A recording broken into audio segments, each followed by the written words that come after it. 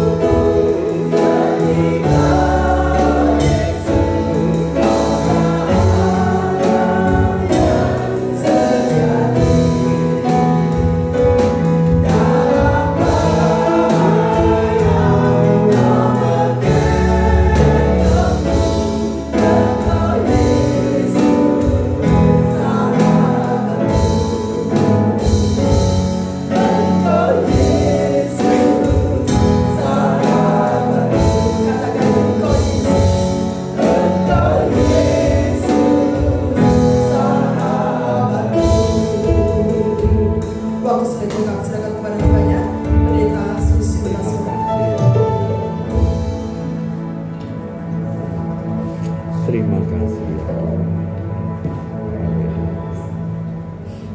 Bapak terima kasih. Karena Terima kami kasih. yakin bahwa tidak ada yang dapat memisahkan kami Benar ya Tuhan. dengan kasih-Mu Tuhan. Yesus. Kami sudah memuji-muji Tuhan. Haleluya. Haleluya. Dan tiba saatnya kami mau mendengarkan firman-Mu. Terima kasih ya Tuhan. Bila firman-Mu terus meneguhkan kami. Amin ya Tuhan. Sehingga kami boleh terus melihat Haleluya. pertolongan Tuhan, kekuatan Tuhan terus menopang kehidupan kami. Terima kasih Bapak. Terima Terima kasih ya. untuk segala pertolongan pimpinan Tuhan dari hari lepas sehari. Dan kami pada sore hari ini boleh kembali beribadah Haleluya. dengan tubuh yang sehat, dengan segala kasih Tuhan. Haleluya. Yang akan Haleluya. bagi kami. Kiranya Tuhan mengurapi hamba-Mu, Yes. buka pikiran dan hati kami Tuhan. Urapilah ya Kami Tuhan. mendengarkan firman Tuhan. Urapan Tuhan turun atas setiap kami Haleluya. semua, sehingga kami semua boleh diberkati oleh kebenaran firman. Amin. Terima kasih Bapa yang baik, terpuji nama-Mu. Terima Dalam nama Dalam Tuhan Yesus kami berdoa. Amin. Amin. Puji Tuhan. Bapak Ibu silakan duduk.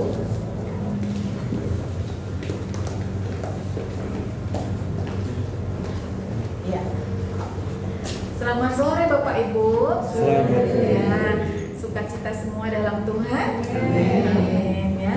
Kita akan sama-sama membaca bagian firman Tuhan di dalam surat Roma pasal yang ke-8 ayat yang ke-35 sampai 39. Namun saya ajak Bapak Ibu membaca mulai ayat 31 ya. Jadi satu perikop Bapak Ibu.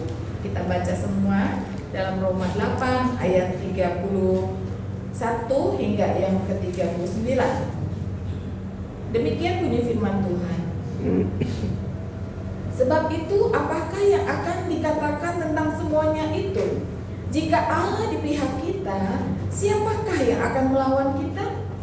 Ia yang tidak menyayangkan anaknya sendiri, tetapi yang menyerahkannya bagi kita semua. Bagaimanakah mungkin ia tidak mengaruniakan segala sesuatu kepada kita bersama-sama dengan Dia? Siapakah yang akan menggugat orang-orang pilihan Allah? Allah yang membenarkan mereka? Siapakah yang akan menghukum mereka? Kristus Yesus yang telah mati, bahkan lebih lagi yang telah bangkit, yang juga duduk di sebelah kanan Allah, yang malah menjadi pembela bagi kita. Ayat 35. Siapakah yang akan memisahkan kita dari kasih Kristus? Penindasan atau kesesakan atau penganiayaan atau kelaparan atau ketelanjangan atau bahaya atau pedang? Seperti ada tertulis, oleh karena Engkau kami ada dalam bahaya maut sepanjang hari. Kami telah dianggap sebagai domba-domba sembelihan. Tetapi dalam semuanya itu kita lebih daripada orang-orang yang menang oleh Dia yang telah mengasihi kita. Sebab aku yakin bahwa baik maut maupun hidup, baik malaikat-malaikat maupun pemerintah-pemerintah, baik yang ada sekarang maupun yang akan datang, atau kuasa-kuasa, baik yang di atas maupun yang di bawah, ataupun sesuatu makhluk lain, tidak akan dapat memisahkan kita dari kasih Allah yang ada di dalam Kristus Yesus Tuhan kita. Puji nama Tuhan. Bapak Ibu, tema khotbah atau renungan pada sore hari ini adalah lebih dari pemenang ya. Tadi kita sudah nyanyikan lagu tentang tema menang. Kalau kita melihat Bapak Ibu, apa sih maksud daripada Rasul Paulus menuliskan surat ini? Tentunya surat Roma memang ditulis oleh Rasul Paulus, dan kemungkinan besar ketika Rasul Paulus ada di Korintus. Pada saat itu ia sedang menuju perjalanan ke Yerusalem. Dan tujuan Rasul Paulus menulis surat adalah untuk menjelaskan kepada jemaat di Roma yang terdiri daripada orang-orang Yahudi dan non-Yahudi. Untuk apa? Untuk mempersiapkan kunjungan di sana. Dan kalau kita melihat di sana Bapak Ibu, jemaat juga menghadapi penderitaan, penganiayaan dan ketidakpastian, ketegangan antara orang Kristen Yahudi dan non-Yahudi, bahkan tantangan iman di tengah budaya kekaisaran Romawi yang penuh tekanan politik dan sosial. Nah Bapak Ibu yang kekasih, kalau kita melihat bersama-sama Roma pasal 8 ayat 35 sampai 39 ini adalah klimaks daripada pembahasan Rasul Paulus tentang keselamatan. Itu adalah anugerah oleh karena iman kita kepada Tuhan. Dan kita percaya bahwa Roma pasal 8 ini Rasul Paulus menekankan bahwa di dalam ayat 1 sampai 17 ada satu keterangan, hiduplah oleh roh. Jadi apa yang dimaksud dengan hidup oleh roh di sini Bapak Ibu? Menjadi anak Tuhan tidak berarti bebas daripada penderitaan ya. Dalam 14 sampai 17 ini ditekankan bahwa anak Tuhan bukan berarti bebas dari penderitaan. Karena kalau kita baca di sana bersama-sama Bapak Ibu bahwa roh itu bersaksi bersama-sama dengan roh kita bahwa kita adalah anak-anak Allah. Dan jika kita anak, maka kita juga adalah ahli waris. Maksudnya adalah orang yang berhak menerima janji-janji Allah, yang akan menerimanya bersama dengan Kristus, yaitu jika kita menderita bersama-sama dengan Dia, supaya dipermuliakan bersama-sama dengan Dia. Jadi dalam ayat ini ditekankan Bapak Ibu, Rasul Paulus sudah menyatakan bahwa bukan berarti ketika kita menjadi anak Allah itu kita bebas dari masalah. Bahwa dikatakan di sana bahwa kalau kita anak itu kita menderita juga. Ya, jangan sampai kalau ada ajaran kekristenan yang menyatakan bahwa kita orang Kristen gak akan lagi terlilit hutang gitu ya, nggak akan lagi bergumul, semua akan bersuka cita, semua diberkati dan lain sebagainya. Bapak Ibu, itu sangat bertentangan dengan firman Tuhan. Bukankah di Alkitab berkata di dalam Timotius bahwa hidup yang akan kita masukin ini bertambah sukar, bukan semakin mudah Bapak Ibu. Itulah sebabnya kalau kita juga mendengar berita-berita pada akhir-akhir ini ya Bapak Ibu ya, katanya jangan-jangan akan terjadi perang dunia ketiga. Kalau kita dengar kata perang itu kayak apa gitu ya Bapak Ibu ya, takut nggak Bapak Ibu? Takut. Negara ini memihak negara ini itu begitu ya. Jadi rasanya aduh, ngeri ya Bapak Ibu ya. Halo.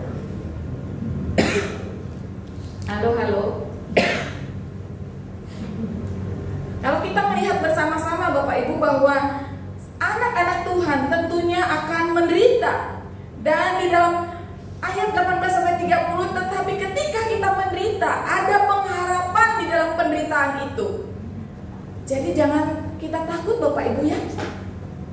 Ada penderitaan tetapi Tuhan sediakan, janjikan apa? Kemuliaan. Ya, itulah pengharapan kita sebagai anak-anak Tuhan, bahwa kita menderita tetapi pada akhirnya kita akan menerima kemuliaan. Karena poinnya kalau kita baca di dalam ayat 28 Bapak Ibu ya, ayat 28 dan 29, kita tahu sekarang bahwa Allah turut bekerja di dalam segala sesuatu untuk mendatangkan kebaikan bagi mereka yang mengasihi Dia. Ingat Bapak Ibu, bagi mereka yang mengasihi Dia. Jangan cuma Allah turut bekerja dalam segala sesuatu, amin, haleluya. Lupa ayat selanjutnya apa? Yang mengasihi Dia.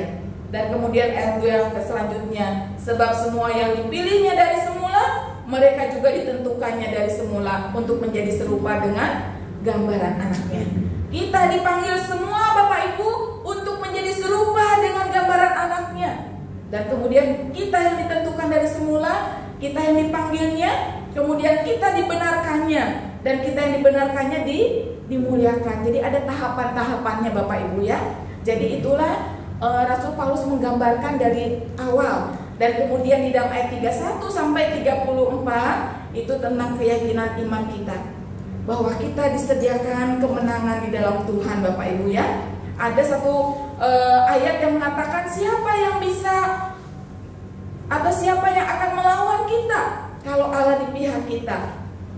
Waktu saya masih sekolah minggu kan ada ya lagu, mungkin Bapak Ibu yang sebaya dengan saya juga ingat lagu itu. Aku pahlawan kecil, Tuhan di pihakku, gitu ya. Tuhan di pihak kita, siapakah lawan kita? Dijawab apa? Tidak ada. Ya, kalau Tuhan ada di pihak kita, nggak ada yang bisa melawan kita. Dalam arti apa Bapak Ibu? Kita tahu bahwa Tuhan itu selalu ada bersama kita. Tuhan selalu ada di tengah-tengah kita. Apakah berarti tidak ada lagi lawan-lawan yang ada, Bapak Ibu? Lawan-lawan kita kalau di dalam kitab Efesus apa lawan-lawannya katakan? Penguasa-penguasa di udara, ya? Ada apa Bapak Ibu? Iya, penghulu-penghulu di udara, kuasa-kuasa kegelapan begitu Bapak Ibu ya. Itulah sebabnya dikatakan kita harus mengenakan senjata apa? Senjata rohani Bapak Ibu ya. Kalau misalnya peperangan kita bawa apa? Senapan. Tetapi yang lebih canggih lagi apa Bapak Ibu? Nuklir katanya ya. Itu yang mendeni Bapak Ibu ya, nuklir. Ya, jadi itu kalau kita melihat ya bersama-sama ayat 32-nya dikatakan bahwa Ia yang tidak menyayangkan anaknya sendiri, tetapi yang menyerahkannya bagi kita semua. Bagaimanakah Ia tidak dapat mengaruniakan segala sesuatu bersama-sama dengan Dia? Siapakah yang akan menggugat orang pilihannya? Siapa juga menggugat Bapak Ibu? Tidak ada, ya.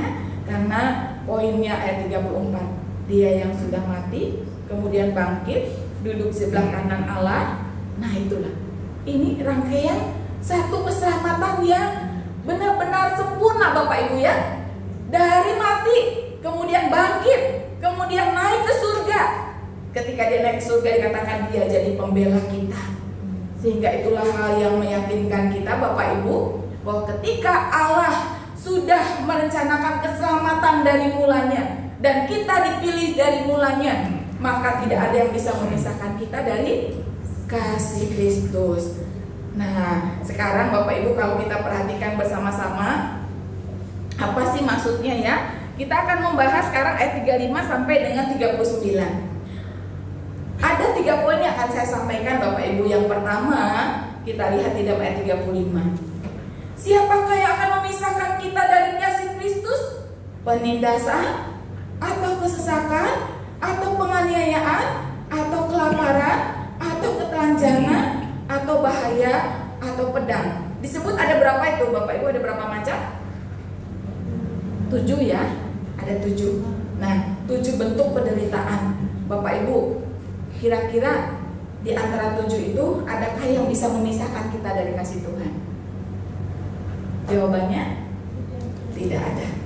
Jadi poin yang pertama Bapak Ibu, pergumulan atau permasalahan atau penderitaan hidup bagi orang percaya itu nyata.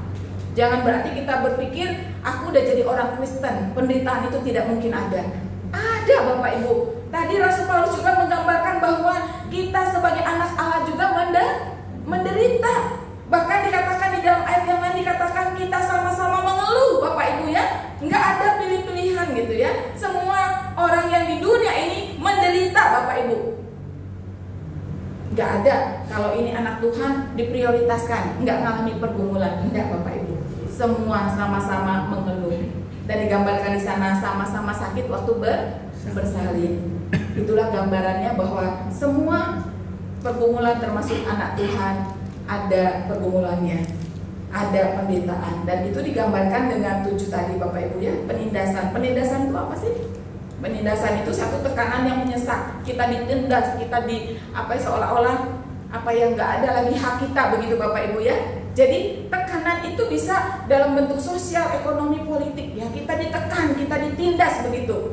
Apa itu kesesakan? Kesesakan itu apa Bapak Ibu? Satu situasi yang seolah-olah terjepit dan kita ini mengalami stres berat gitu ya. Itu kesesakan Bapak Ibu ya. Satu situasi yang seolah-olah nggak ada jalan keluarnya. Itu kesesakan. Penganiayaan, Bapak Ibu tahu penganiayaannya. Biasanya penganiayaan itu karena iman kepada Kristus ya. Terus ada juga kelaparan. Kelaparan itu berarti apa?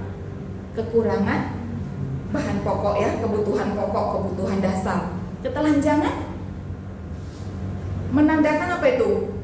Kemiskinan ya. Saking nggak punya apa-apanya sampai telanjang nemen gitu ya Bapak Ibu ya. Terus bahaya itu apa? Biasanya kalau bahaya itu berarti mengancamnya nyawa kita. Kalau pedang ya hampir kayak perang gitu juga ya. Jadi mengancam ancaman kematian terhadap tubuh kita. Nah Bapak Ibu, dari sekian yang digambarkan oleh Rasul Paulus, ini semua bukan teori. Rasul Paulus juga sudah mengalami.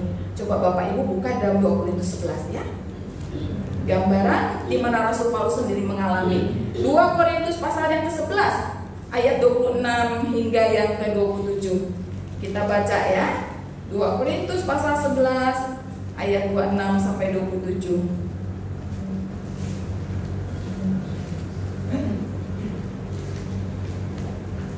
Ya. Dikatakan demikian. Atau mulai dari ayat yang ke-24 Bapak Ibu ya. 5 kali aku disesah orang Yahudi, setiap kali 40 kurang 1 pukulan. 3 kali aku didera, 1 kali aku dilempari dengan batu, 3 kali mengalami karam kapal. Sehari semalam aku terkatung-katung di tengah laut. Dalam perjalananku aku sering diancam bahaya banjir dan bahaya penyamun, bahaya dari pihak orang-orang Yahudi dan dari pihak orang-orang bukan Yahudi. Bahaya di kota, bahaya di padang gurun, bahaya di tengah laut, dan bahaya dari pihak saudara-saudara palsu. Aku banyak berjerih lelah dan bekerja berat. Kerap kali aku tidak tidur, aku lapar dan dahaga. Kerap kali aku berpuasa, kedinginan, dan tanpa pakaian. Nah, Rasul Paulus sendiri mengalami ya Bapak Ibu ya, penderitaan di dalam pelayanannya.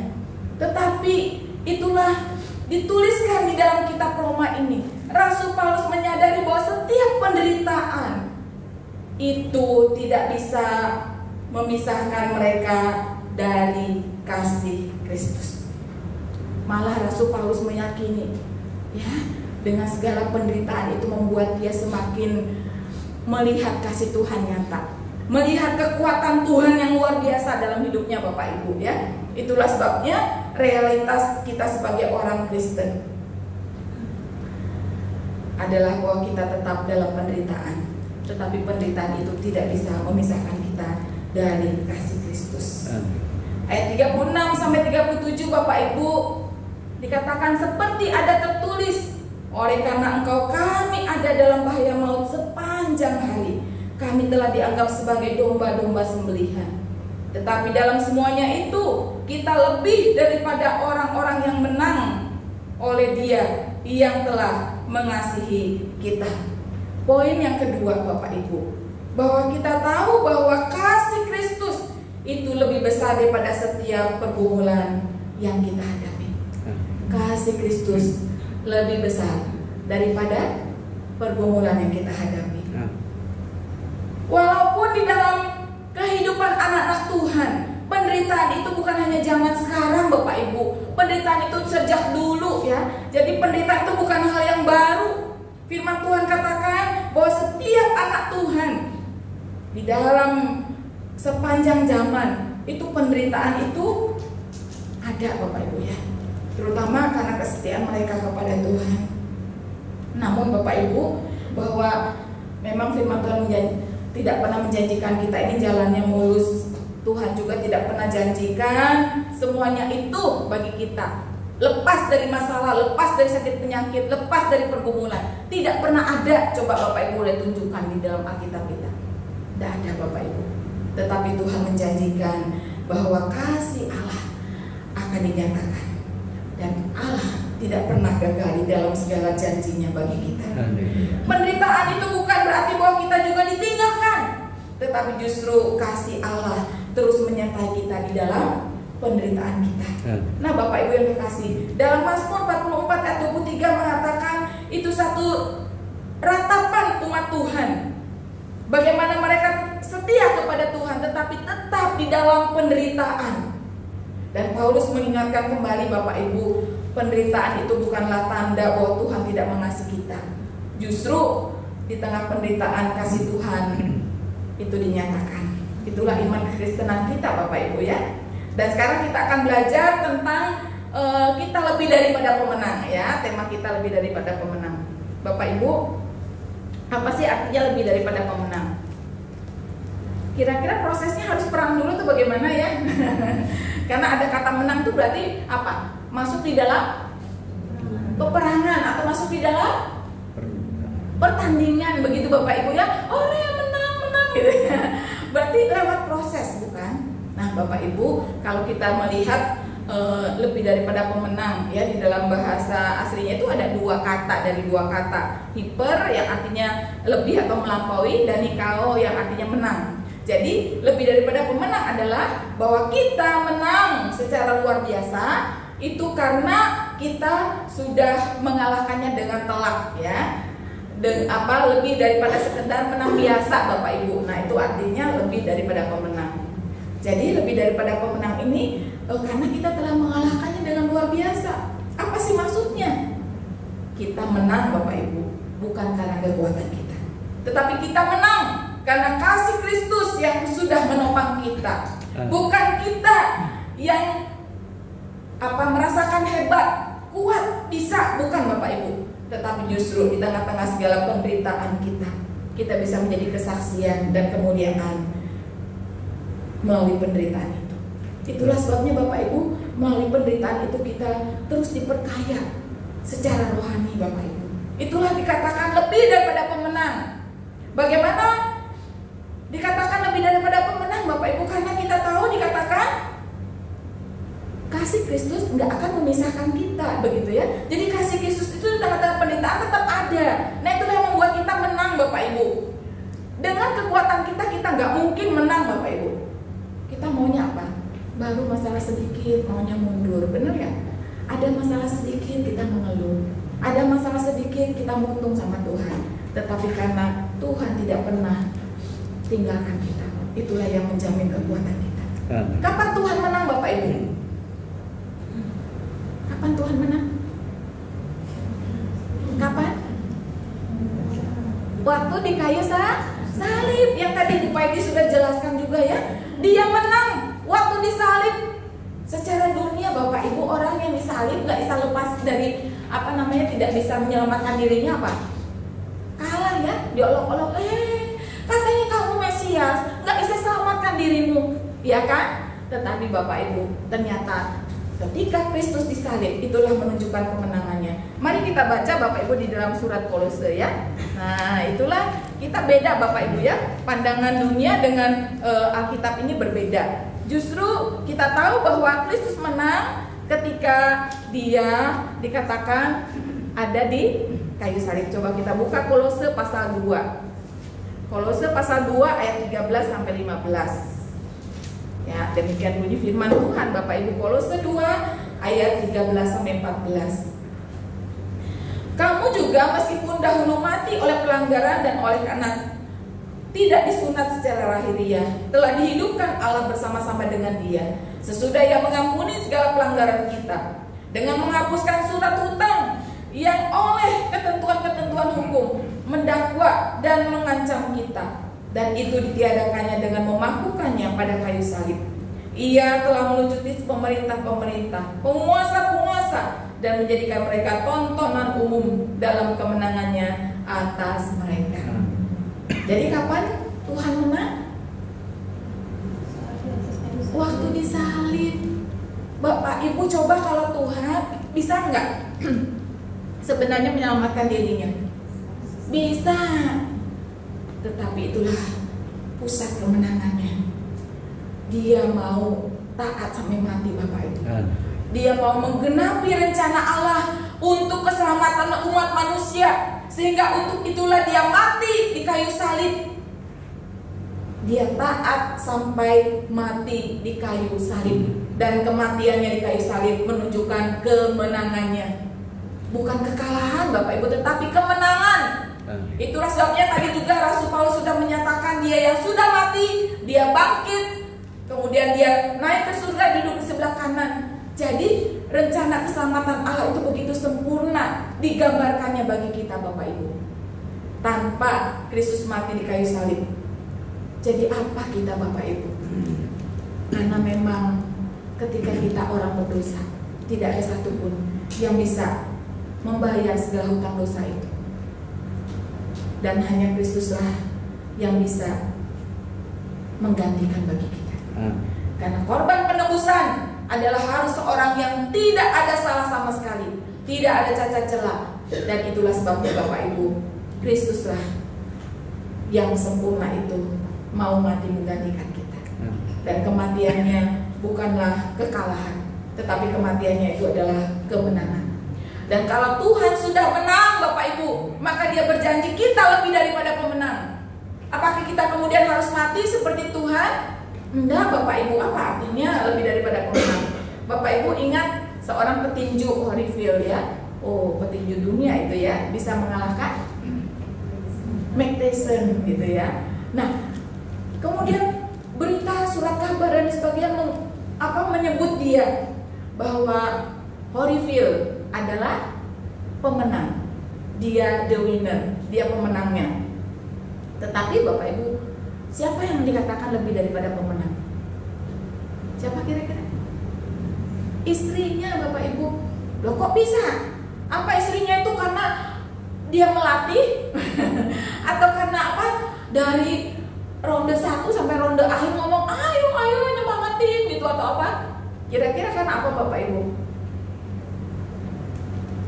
Ternyata Bapak Ibu, istrinya disebut sebagai lebih daripada pemenang apa?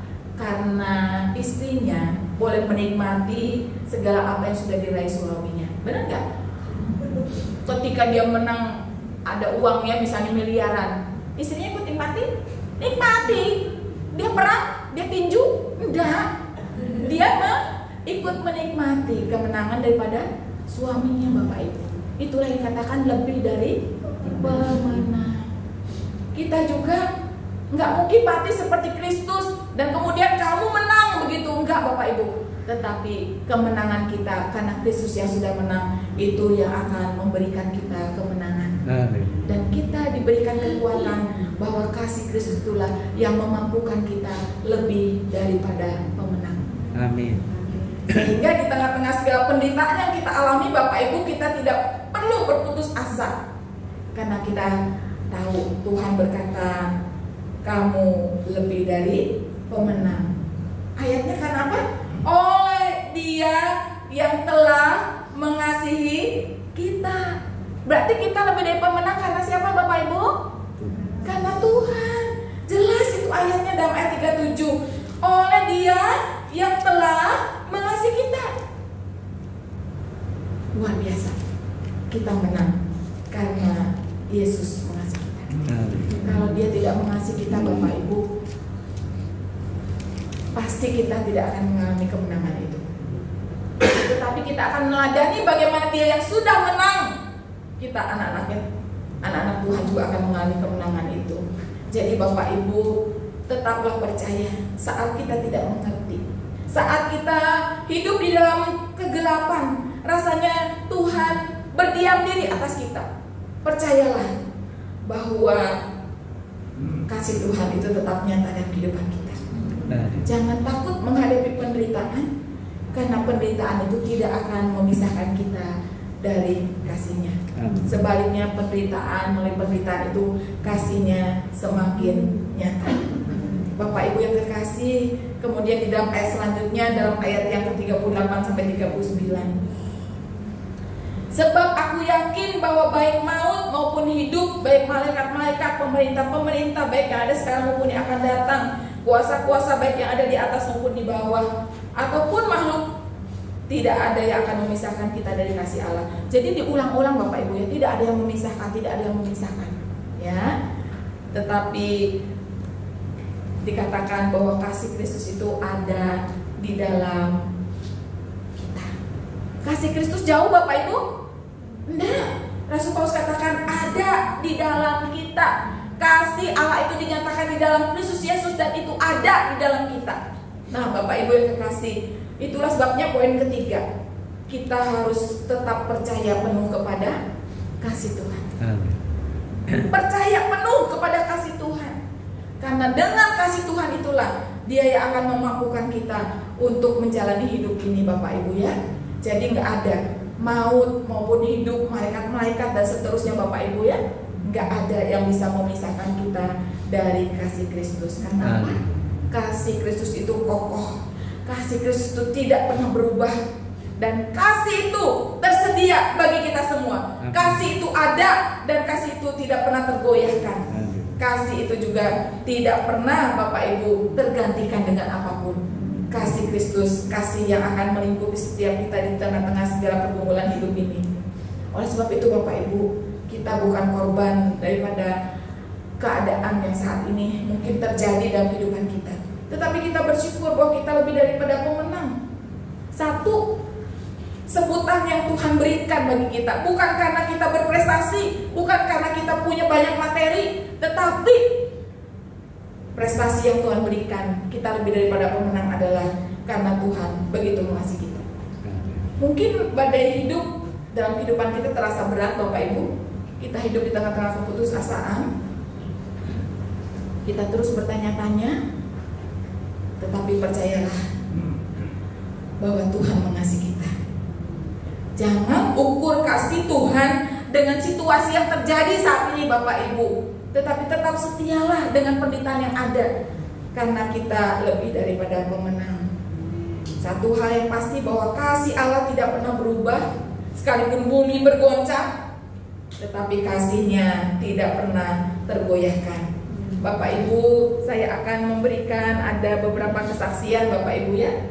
Tadi kita melihat daripada kesaksian Rasul Paulus sendiri di tengah-tengah segala penderitaan yang dia alami karena mengikut Tuhan Bapak Ibu.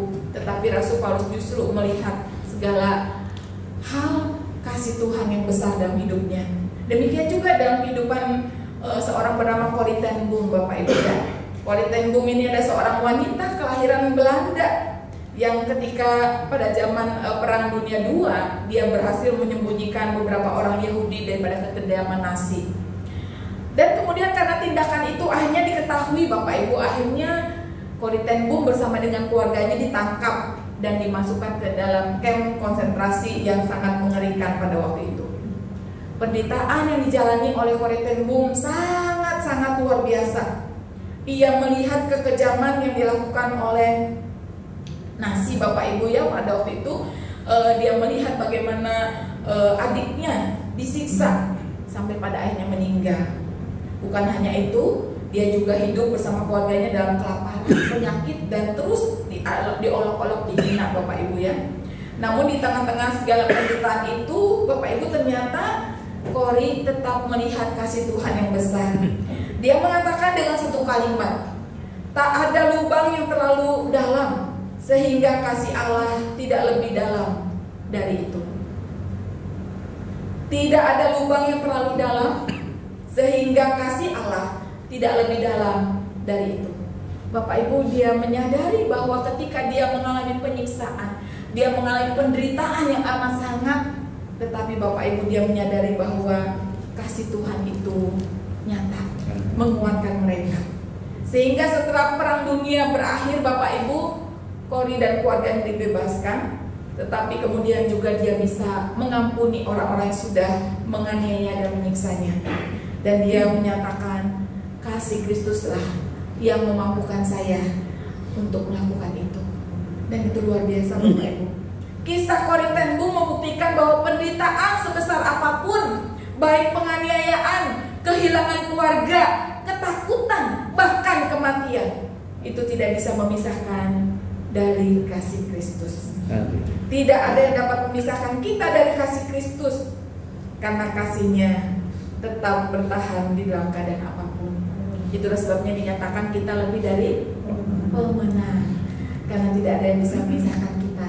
Penderitaan, aniaya, tekanan, kelaparan, penderitaan apapun, tidak ada yang bisa memisahkan kita dari kasih Allah. Dan yang terakhir Bapak Ibu, kisah daripada Nick Vujicic. Tahu semua ya Bapak Ibu ya, pria kelahiran Australia yang lahir tanpa tangan dan kaki. Bisa kita bayangkan, orang lahir tanpa tangan dan kaki. Dia hidup di dalam tekanan, dia hidup dalam penolakan. Sejak kecil Bapak Ibu, dia nggak punya teman. Dia selalu dalam kondisi ditolak di sana sini. Pergumulan batin yang besar, dihina Bapak Ibu. Tetapi kemudian pada usia 10 dia ingin mengakhiri hidupnya Bapak Ibu, karena dia sudah tidak lagi bisa menerima segala apa yang dilakukan dalam dirinya, karena cacat kan Ibu ya Bapak Ibu. Tetapi kemudian kasih Tuhan itu tidak membiarkan dia hidup di dalam keputusasaan. Di tengah-tengah keputusasaannya Bapak Ibu, dan di tengah-tengah iman percaya kepada Tuhan dan dukungan keluarga, Nick bisa mengubah kehidupannya itu ya. Dia mengatakan demikian, jika Tuhan tidak melakukan mujizat melalui tubuhnya, karena tubuhnya kan cacat ya Bapak Ibu ya, tetapi aku yakin Tuhan bisa melakukan melalui hidupku ya. Kalau di dalam jika Tuhan tidak melakukan mujizat di dalam tubuhku, Tuhan akan melakukannya melalui hidupku. Dan ternyata benar Bapak Ibu ya, dengan iman percayanya sampai hari ini Nick Vujicic dia menjadi motivator dunia. Luar biasa Bapak Ibu ya. Dipanggil ke sana sini, dia sudah keliling dunia kurang lebih 60 negara ya. Dia bisa menginspirasi jutaan orang. Dia juga dapat istri yang cantik ya Bapak Ibu ya. Itulah kita bisa melihat di tengah-tengah kelemahan, di tengah-tengah tekanan, di tengah-tengah batin yang tersiksa Bapak Ibu, tetapi justru kasih Tuhan nyata di dalam kehidupan Nick. Jadi Nick juga sudah menjadi bukti nyata bahwa penderitaan tidak membuat dia kalah, tetapi justru membuat Nick semakin mengalami kuasa Kristus, semakin mengalami kasih Kristus. Jadi kemenangan di sini bukan berarti tidak ada penderitaan Bapak Ibu, tetapi kita tetap bisa berdiri dan bisa bersinar di tengah-tengah segala penderitaan kita, karena ada kasih Kristus. Bapak Ibu percayalah bahwa di tengah-tengah penderitaan kita, kasih Kristus memampukan kita berdiri dan tetap bersinar untuk kemuliaan nama Tuhan. Jangan menyerah pada penderitaan, tetapi percayalah bahwa Tuhan tidak pernah meninggalkan kita. Justru kasih Tuhan terus membentuk kita menjadi satu pribadi yang kuat, pribadi yang menang seperti pribadi Nick Vujicic. Mungkin kita Bapak Ibu dilahirkan dengan tubuh yang lengkap sempurna, tapi kadang-kadang kita malah nyerah, benar nggak Bapak Ibu?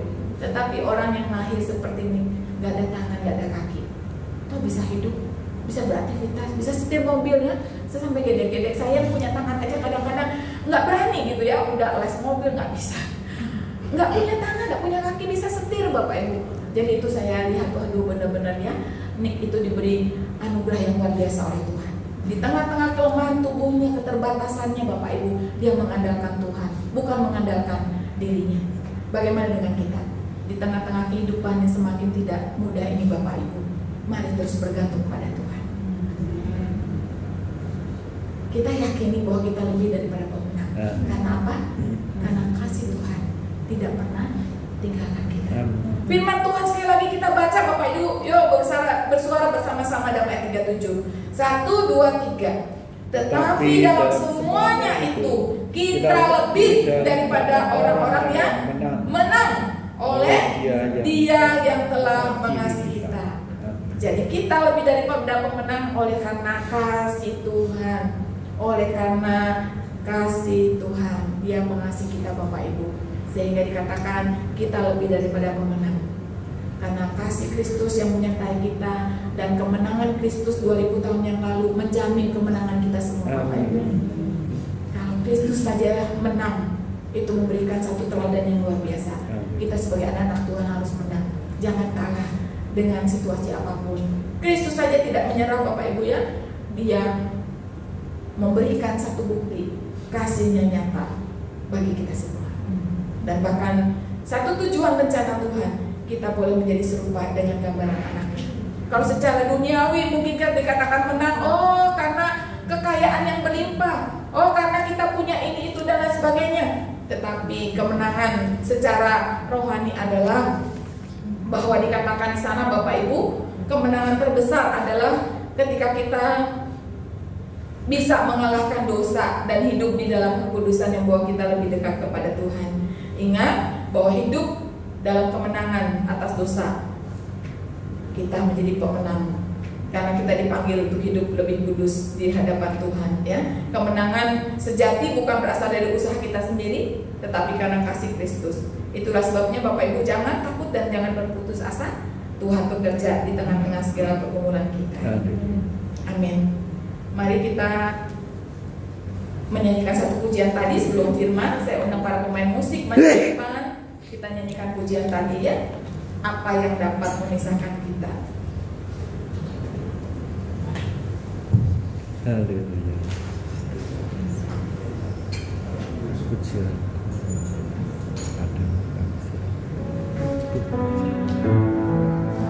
Apa yang dapat memisahkanku dari kasih-Mu, Tuhan, sahabatku? Apakah ketelanjangan tak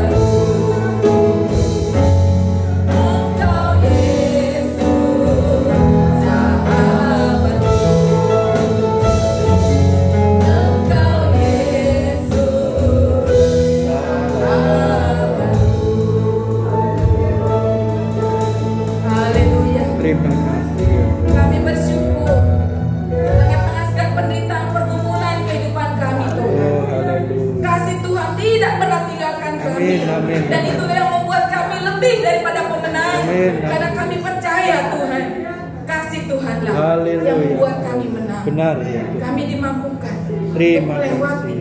setiap pergumulan yang Terima kami kasih. jalani.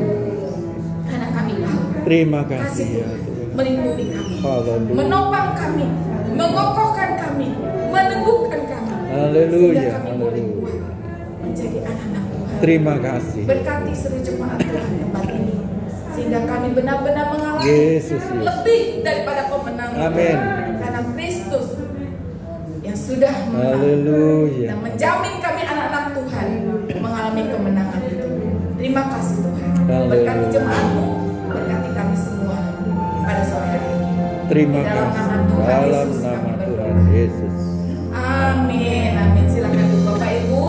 Saat ini saya serahkan kepada Ibu Wati.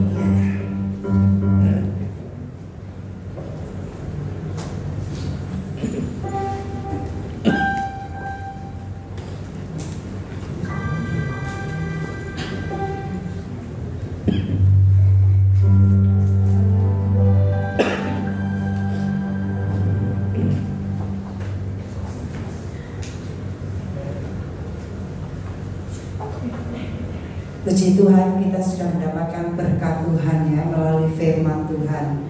Atas nama majelis dan jemaat GIA Surabaya, kami mengucapkan terima kasih kepada hambanya Ibu Pendeta Susi Raswati. Terima kasih buat pelayanan malam hari ini. Tuhan Yesus yang memberkati. Imanku